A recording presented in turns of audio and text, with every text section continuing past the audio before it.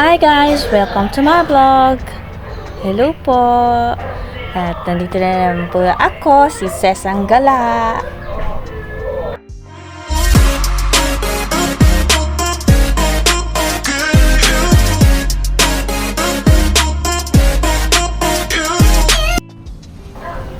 Nandito po ngayon ang lola nyo dito po sa Calatagan, Batangas. Dito po sa Little Boracay. It's my life. Lazy. It's my life. I got dirty. It's my life. I want shopping. It's my life. I need money. Ayan guys, andito po kami ngayon sa Little Boracay. Umattend po kami ng kasal po ng kamag-anak po namin at saka pa-despedida na rin po ng tita ko. Located nga pala ito dito po sa Sitio Payapay, Barangay 4, Calatagan, Batangas. Ang taas ng energy ng lola niya po. Ay nako, maganda po kasi dito. It's my life. Lazy. It's my life. I got dirty. It's my life. I want shopping. It's my life.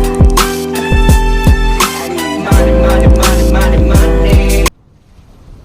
Dito po sa Little Bora na to, meron po sila, marami ka pong pwedeng ma-explore dito po sa place na to kasi meron po silang part na maraming starfish, yung part ng dagat. Tapos sa kabila naman po, pwede nila kayong dalhin sa another part ng dagat na ang makikita nyo naman ay sandbar. So, napakaganda nitong lugar na to. Ayan po, yung bakat ng starfish. Ayun. So, naglakad-lakad po kami dito sa sandbar kasi sobrang malaki din naman po yung pinaka sandbar niya. Sobrang ganda po talaga. Ang ganda po talaga dito. Kung pwede lang magstay kami ng matagal dito, sobrang tagal. Dito na lang kami. Dito na lang po ako. Sobrang ganda niya talaga. Ayan, papunta po kami doon sa dagat kasi nilakad namin yung sandbar. Naghahanap po kami ng starfish. Kasi gustong-gusto ko yon kasi nga po, unang nakita ko ng starfish nung nagpunta po ako sa Mindoro dati. So, ang daming starfish doon, may iba-ibang color. Ang ganda-ganda lalo na ng color blue na starfish. Kaya po nung nandito kami ngayon, ito po yung unang hinanap ko yung starfish po talaga. Ayan. Gahanap kami. Sobrang dami niya po talaga. Dikit-dikit lang sila. So, matutuwa ka. Yung mga may hilig po sa starfish, ayan lang po ang starfish ko.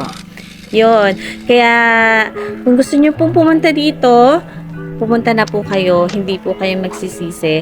At saka po, nga pala guys, meron palang transient house po dito yung tita ko. Meron po silang page. Ang nakalagay po, Taruk Transient House.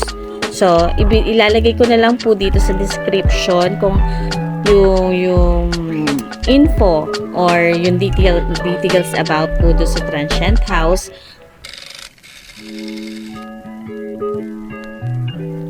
May number na po yun na nakalagay or kaya po pwede niyo po akong i-message sa page ko or dito po sa YouTube.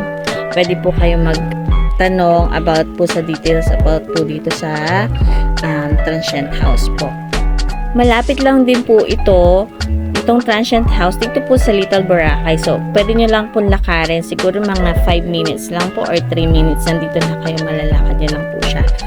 Yung market din po, malapit lang po. So, lahat po ng na kailangan nyo, malapit lang po dito sa transient house na sinasabi ko po. Ayan guys, so, sobrang ganda niya. Tapos, may mga malalaki, may mga maliliit. Ang alam ko po dito, bawal siya Pwede siya i-touch, pero bawal siyang itaas. Yun po yung pagkakaalam ko, bawal po yata yung ganun. Pwede po siyang tignan, ganun lang, at saka hipuin, ganun lang po. Pero kung itataas nyo sila, bawal po. It's my life. Lazy, lazy, lazy, lazy, lazy. It's my life. I got dirty, dirty, dirty, dirty, dirty. It's my life. I wanna shop, shop, shop, shop, shopping. It's my life. Money, money, money, money, money. Yeah. Ayan guys, pabalik na po kami sa balsa namin. Bali 3 balsa po yan kasi marami po kami na umattend po nung kasal. Tapos, despedida nga din po. So, ayun, pabalik na po kami ng balsa kasi ang pagkakaalam ko, pupunta po kami ng kabilang part po nitong dagat. Tapos, pwede naman po, meron din po ditong banana boat at saka dragon boat. Dragon boat kasi dragon po yung nakalagay dun sa boat. So, bye-bye na po! It's my life.